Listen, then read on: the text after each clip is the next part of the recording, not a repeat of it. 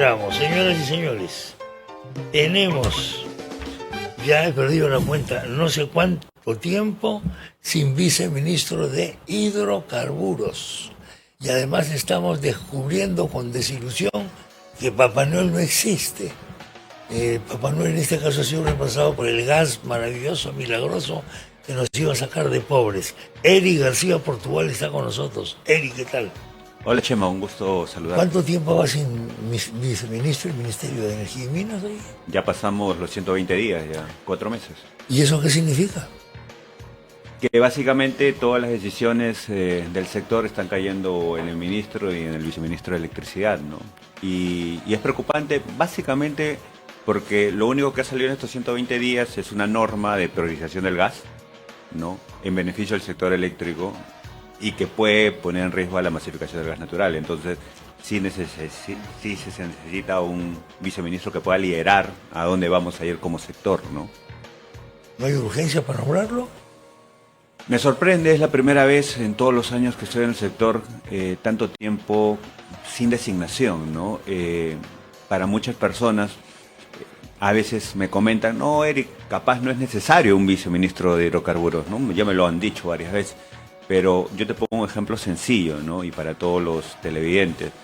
El gas natural en Lima y Callao está desde el año 2004. Y la única masificación del gas natural que se ha hecho en el país es la generación eléctrica, o sea, se usa gas para... Ya, y en todo ese tiempo no se impulsó la masificación en carros, en industrias, a nivel nacional, porque ya se hizo para el sector eléctrico. Porque antes teníamos un viceministerio de energía. Recién en el año 2018, a finales de 2018, se crea el viceministro de hidrocarburos, porque no se había hecho muchas cosas en hidrocarburos, se había bajado contratos petroleros, bajó la producción petrolera, o sea, faltaban muchas cosas. Y recién en el 2019 comienza, y en el 20 y el 21 comienza ya un viceministro de hidrocarburos a propiciar el gas, los convenios, las 2 gasolinas, porque ya hay alguien encargado, ya puedes pedirle cuentas a alguien.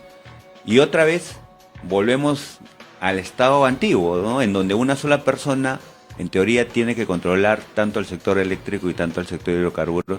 Y en este momento, Chema, el sector de hidrocarburos necesita ayuda urgente. Hemos bajado producción petrolera, sí. No hay contratos, se quiere hacer petroquímica, se quiere hacer masificación. Está el tema de la refinería Talara. Entonces, ¿y dónde está el viceministro de hidrocarburos? Que se dedique 24/7, porque una cosa es que el ministro pueda conocer hidrocarburos y otra cosa es estar 24/7 dedicado a este sector, ¿no? Entonces, estamos descuidando la energía. Así es. El gas, sí. El petróleo, etcétera. Vamos por partes y cucharadas. El gas, en primer lugar. El mito del gas. Yo recuerdo cuando recién comenzamos a hablar del gas en el Perú, era una maravilla. El horizonte era formidable. Todo iba a ser fantástico, íbamos a estar a la vanguardia de la lucha contra ¿cómo se llama? Los daños ambientales, etcétera, etcétera. Los choferes iban a reconvertir sus motores, iban a todo ser felicidad. ¿Y ahora qué ha pasado? Bueno, se ha parado, ¿no? ¿Se ha parado? Se ha parado, porque se necesita gas a nivel nacional, urgente. Recién el día de hoy hay una buena noticia. En enero se inauguró una estación de servicio en Puente Piedra que iba a dar GNL, ¿no? La inauguró el ministro, pero lamentablemente no operó. O sea, fue una inauguración más, vamos a decir, para la ceremonia. Bamba. Bueno, estaba autorizada, pero no tenía GNL, ¿no? Entonces, ¿cómo se inauguró? Bueno, pero el día de hoy ya me han comentado, justo ha salido una noticia que ya han llevado GNL a la estación. El día de hoy sería bueno que se haga un reportaje, es en Puente Piedra, en la estación de GESA, en donde ya se va a comenzar a despachar a camiones GNL. Y este creo que es el primer hito para el cambio, ¿no? Pero, por ejemplo, esta noticia debería estar publicándola el Ministerio de Energía y Minas, el viceministro debería estar impulsando el cambio, ¿no? Se necesita, Chema, grifos en todo lo que es la costa. Hay 2, 3 grifos más, uno en Trujillo y uno en Chiclayo, que todavía no salen porque falta la permisología de Osinarmin, que también Osinarmin debería tener un equipo especial, darle más recursos. La reestructuración de Osinarmin está pendiente porque el país necesita el gas. Pero esto también lo debe liderar el viceministro, ¿no? Coordinar con todos los que deberían coordinar, el bono de chatarreo para cambiar las unidades de diésel a gas, también en el sur, Petroperú está hace casi 3 años en el sur y todavía no hay ningún grifo a gas, no hay ningún usuario adicional, no hay un kilómetro de red adicional. Entonces, falta impulso. Se sabe la solución, pero ¿quién lo está haciendo? ¿Quién lo lidera? Y si uno... Entonces, lo que está funcionando es el triunfo del petróleo. Sí, que ese es algo que como país ya no podemos seguir. Ese es el problema, estamos retrocediendo. Claro, estamos retrocediendo porque para todos... ¿Cuándo comenzaron a entusiasmarnos con el gas? ¿Hace 20 años? ¿25 años? 20 años. 20 años. Sí, 20 años más o menos. En vano. Recién se ha comenzado a correr estos 2 últimos años y lo que se avanzó hasta el 2021 con el último viceministro que hubo, que fue el ingeniero Murillo, se ha parado o va casi a paso tortuga, ¿no? Entonces ya, ¿qué es esto? ¿Qué hacemos llorar? Pero ¿tú crees que ha triunfado el petróleo? ¿Tú crees que ha funcionado, que ha triunfado la empresa estatal Petroperú? Yo creo que con todos los bemoles que tiene. Yo creo que acá no hay un tema de visión país, ¿no? Yo sé que es importante el petróleo, o sea, nosotros como país algo de petróleo tenemos. Tenemos una refinería que se acaba de, vamos a decir, ya operar al 100%, lo que nos han mencionado las noticias. Pero eso no tenemos que perder de vista, o sea, nosotros importamos mucho combustible. Importamos 70% del diésel, GLP, gasolina. Por más que la refinería, y eso es para todos los peruanos, ¿eh? Por más que la refinería opere al 100, igual vamos a seguir importando crudo y vamos a seguir importando parte de combustibles terminados. Entonces, la gran pregunta que todos deberíamos hacernos es, ¿por qué seguir importando si puedes reemplazar para transporte pesado el gas natural, el GNL, el GNC, para buses o micromovilidad o autos particulares, la misma electromovilidad? ¿Por qué seguir importando un producto que es contaminante, Chema, claro, que subsidiamos? Porque eso hay que decirlo con todas sus letras, subsidiamos, y que es el principal insumo de los transportistas. Para todos, cada vez que existe una suba de combustible, los transportistas, ¿por qué se quejan? Porque es casi el 50% de sus costos operativos. Claro, entonces sí les duele. Entonces, ¿por qué no como país impulsamos usar el gas natural, la electromovilidad? ¿Por qué no lo hacemos? Porque creo que esa es la visión, ¿no? Lamentablemente el ministro le está dando mucha fuerza a Petro, pero se olvida del resto. Por eso se necesita el viceministro de hidrocarburos, porque tiene que ver más aristas, ¿no? Pero bueno, esperemos que eso cambie, ¿no? Y también impulsar, ¿no? Nosotros como país no producimos más allá de 40.000 barriles de petróleo.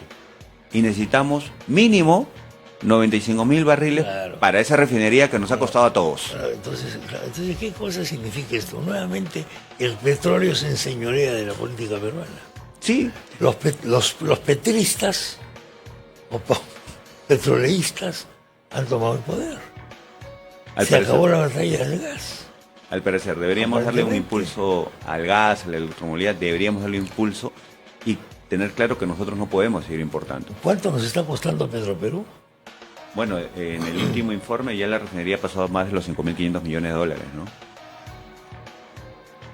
5.500 millones de dólares. Y algo yo he visto una noticia que te la quería comentar.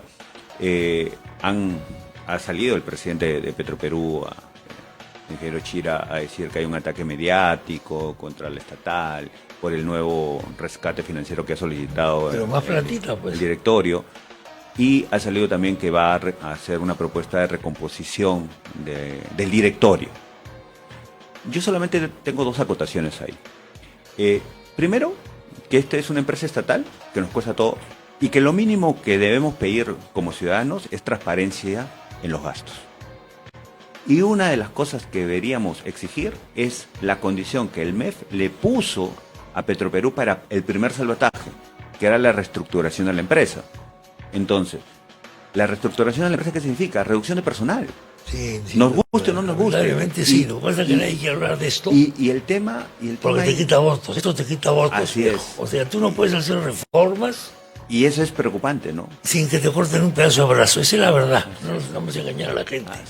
Y algo que me preocupa es que en las propuestas espero que en el directorio, lo primero que debería hacerse es que no debería haber representantes de los trabajadores en un directorio. Eso no se ve en las empresas internacionales. Porque es de todos los peruanos, no de un grupo de trabajadores. Segundo, el ministro ha sido representante de los trabajadores. Yo no sé qué tanta fuerza tenga para decirle a su propia agremiación, porque él va a regresar a Petroperú, decirle, voy a hacer la reestructuración, voy a quitar trabajadores. Es un poco complicado, ¿no? No lo va a hacer nadie. Y mientras no se reduzca la empresa, no se puede. No vamos a generar una empresa eficiente. Eso hay que entenderlo. ¿Que es importante una empresa del Estado? Sí, pero importante para todos. Las empresas de petróleo a nivel internacional generan renta para el Estado. Obviamente. ¿Eso qué significa? Que sean muy eficientes, por eso la mayoría salen de sus países, porque sus países son muy chiquitos para generar renta. Entonces, si no cambiamos ese chip, nos va a costar a todos solamente para mantener un mercado interno, que al final una de las soluciones también sería incrementar capacidad de almacenamiento para que entren más actores y exista más competencia. Y ahorita hay proyectos de plantas parados. Tienes un proyecto en Paita, tienes un proyecto acá en Lurín, de plantas paradas por permisología. Entonces, otra vez, ¿dónde está la visión? ¿Dónde está el viceministro que debería estar viendo estos temas? Es decir, esto es el control de la política energética del país por parte de una compañía, por llamarlo de alguna manera. Porque el ministro parece una extensión de la empresa. O sea, da la impresión de que la empresa le ha dicho, mira, tú vas a seguir trabajando acá, no te preocupes, este es tu puesto, anda a representar nuestros intereses al Consejo de Ministros. ¿Para qué? Para lograr la protección. Y lo está consiguiendo. En parte sí, ¿no? Yo lo único que digo es que lo mejor, Chema, si es que vamos a hacer cambios estructurales, a veces lo mejor es que los sectores sean independientes para que tomen las decisiones.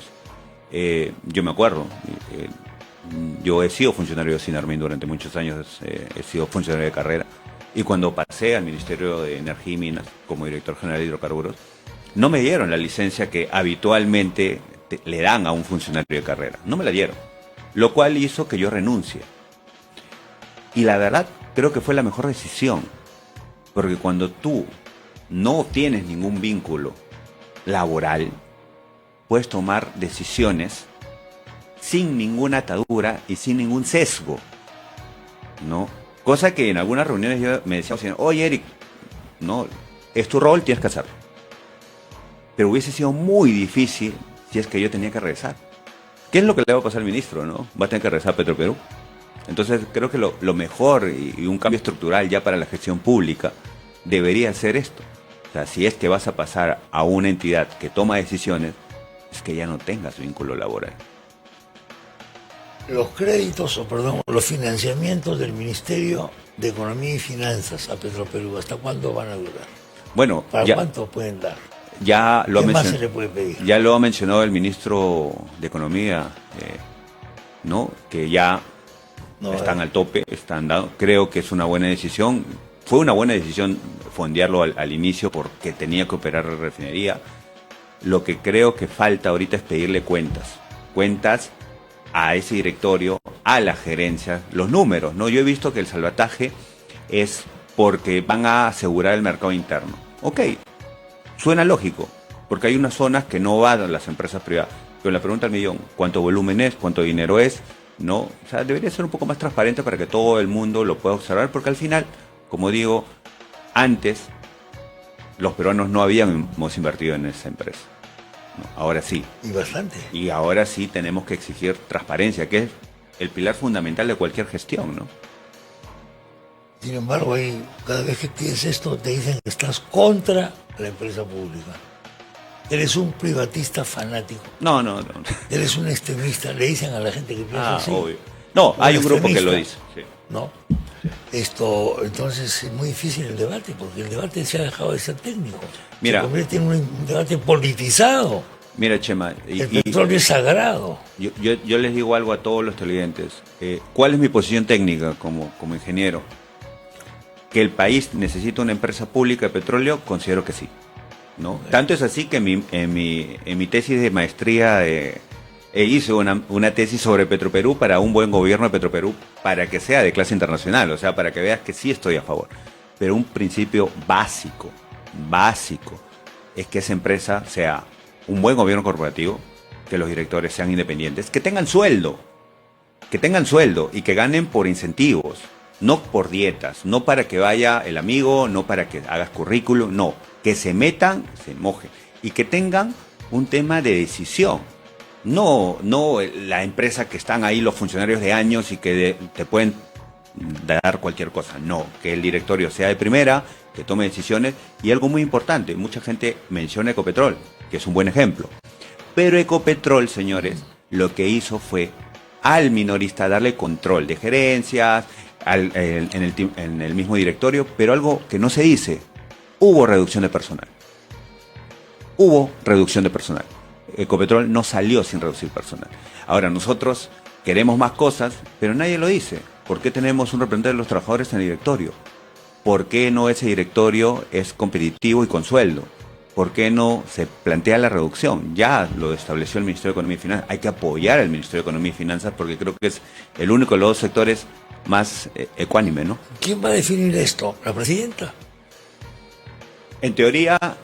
no hay más remedio, por lo que veo. En teoría, Chema, es la junta accionista, ¿no? Y la junta accionista son los 2 ministros y 3 personas más, que viene a ser el viceministro de Hidrocarburos, que no está, el viceministro de Hacienda y también el secretario general del Ministerio de Energía y Minas, ¿no? Porque esto está politizado hasta el extremo. Bueno, el petróleo siempre fue politizado, ¿eh? Sí, sí. En todo el mundo, como tú sabes mucho mejor que yo. Y en el Perú más.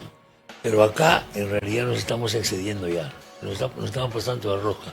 Cero, continuamos con Eric García, Portugal. Hemos pasado revista con Eric al tema de Petroperú, la famosa refinería de Talara.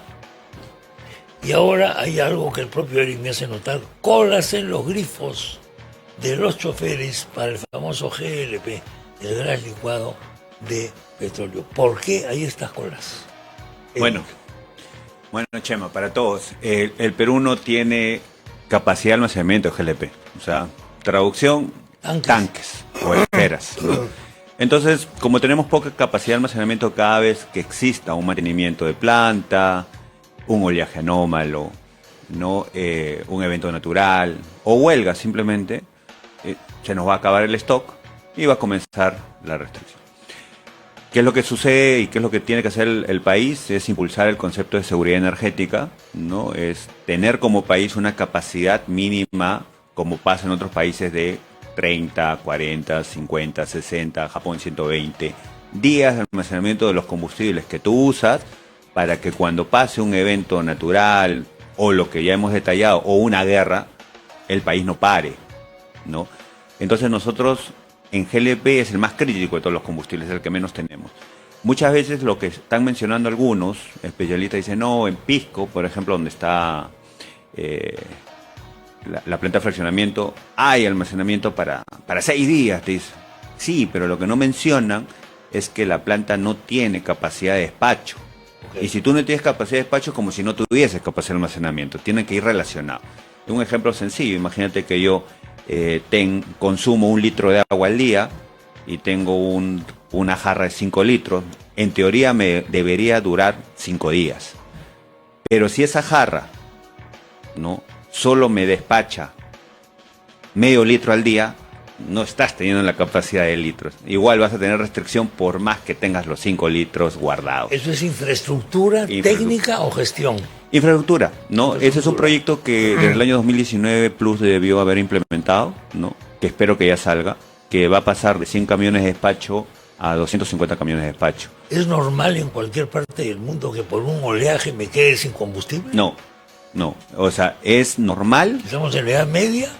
Lo que pasa es que la norma nunca se llegó a implementar. La norma viene del año 94, en donde te habla de una existencia mínima de 5 y 15 días, pero nunca se llegó a implementar a cabalidad, ¿no? Por falta de supervisión, por falta de incentivos. Pero ya, ahora, ver para acá adelante, lo que se necesita es algún incentivo, ¿no? Proyectos cofinanciados capaz con el Estado. Por eso en la ley 679 que se planteó al Congreso, se hablaba de la agencia de inventarios, para que el país tenga tanques de manera descentralizada. ¿Esa falta de stock es porque es antieconómico tener un stock, claro, un ahorro? Obvio, ¿no? Es como, por ejemplo, Chema, para todos, ¿por qué no se tiene stock? ¿Por qué no lo hacen los privados? Porque eso es lo primero que pregunta. Sí, claro. Es como una tienda, ¿no? Una tienda que vende a sus caseros arroz y vende un saco de arroz para sus caseros que le duran una semana, ¿no? Por un ejemplo sencillo.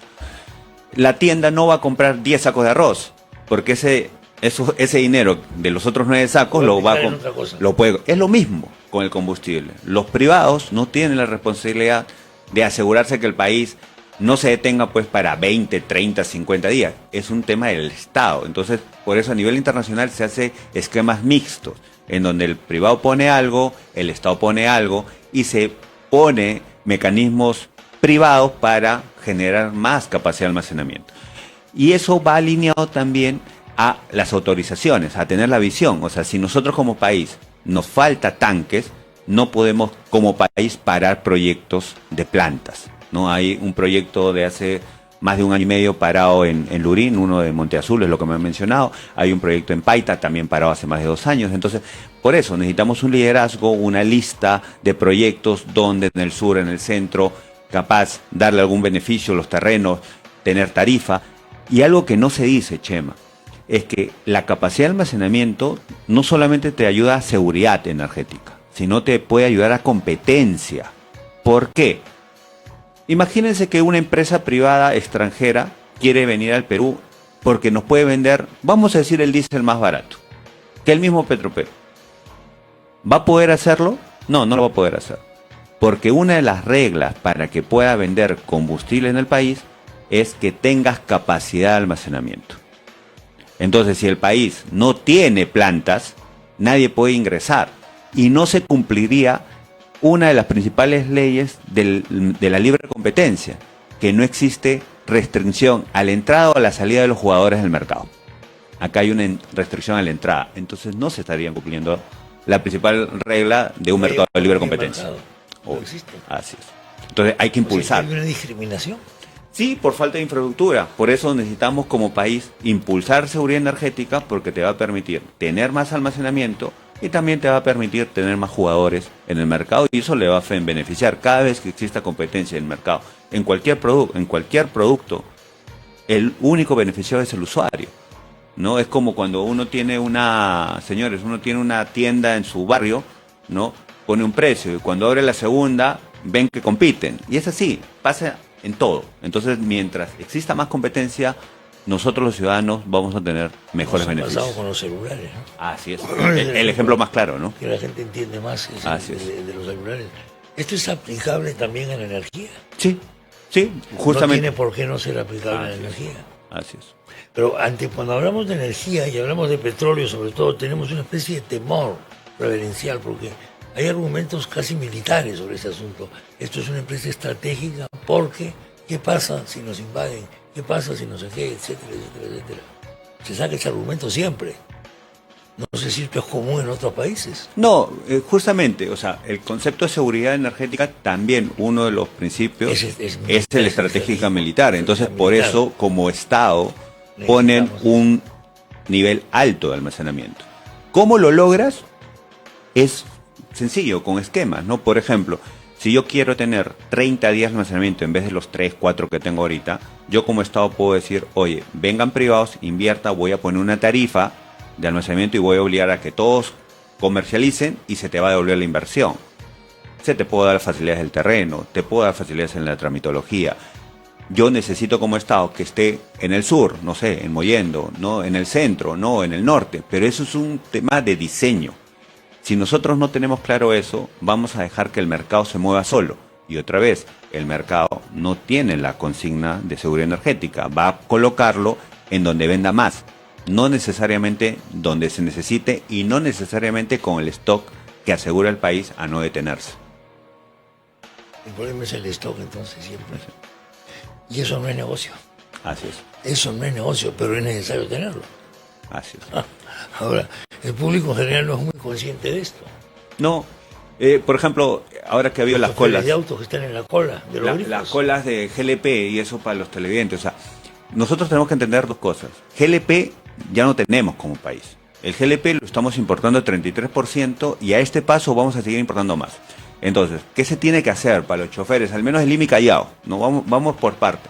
Lima y Callao tenemos gas, tenemos más de 300 grifos. Yo sí les digo, si son taxistas, cámbiense a gas. Hay un programa del gobierno que les da 2.000 soles de bono. Ya los mencionaba, hay otro programa del gobierno. Háganlo. En el caso de, si bajamos ese consumo, Lima y Callao consume casi el 50% de la demanda de GLP país. Si nosotros bajamos la demanda en Lima y Callao de gas, tanto en el vehicular y tanto en el residencial, el GLP que sí producimos como país, lo podemos reorientar más a las zonas donde no hay gas natural y a las zonas rurales, que muchas zonas rurales cocinan con leña bosta, ¿no? Entonces, tenemos que hacer un reordenamiento país de nuestra matriz energética, al menos de consumo de usos finales. Pero eso otra vez, ¿quién lo lidera? ¿Dónde está el viceministro? ¿No? Entonces, eso tenemos que cambiar. Y en el caso de por qué hubo las colas, uno, ya hemos dicho el stock, pero algo que no se ha mencionado es que Talara, por el tema de las pruebas, hace más de 3 semanas cortó el suministro de GLP. Entonces, ¿qué pasó como consecuencia? Que todos los camiones del norte vinieron a Lima y Pisco. Pisco no tiene mucha capacidad de despacho, sino almacenamiento, y comenzaron las colas. Entonces, un despacho, un pedido de un grifo que te demora 1 día, 2 días, pasó a demorarse 5, 6, 7, 8 días. Entonces, ahora ya Talara ha comenzado a operar. Hace un par de días ya anunció el ministro que ha comenzado, pero no está al 100%, está en incremento. Espero que ya a fin de mes esto se solucione. Pero siempre, temas de suministro, cadena logística, porque no tienes almacenamiento y capacidad de despacho descentralizada para evitar estos problemas, ¿no? Bueno, ese es un desafío, pues, para... No sé quién lo va a poder resolver, porque parece que no hay conciencia de que se requiere este viceministro, da la impresión. O no lo quieren tener de repente. De repente no lo quieren tener. Pero al final no sé quién va a resolver esto. ¿Por qué? ¿Por qué todas estas cosas tienen que resolverse políticamente siempre hoy en nuestro país? Todo está politizado completamente.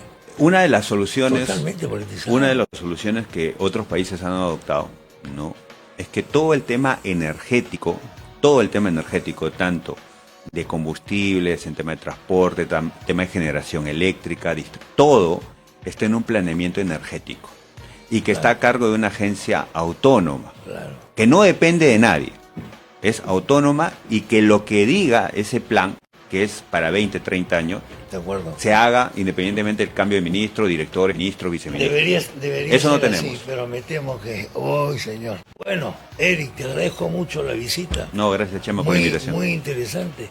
Ya sabe usted por qué tiene que hacer cola en su grifo, ¿va?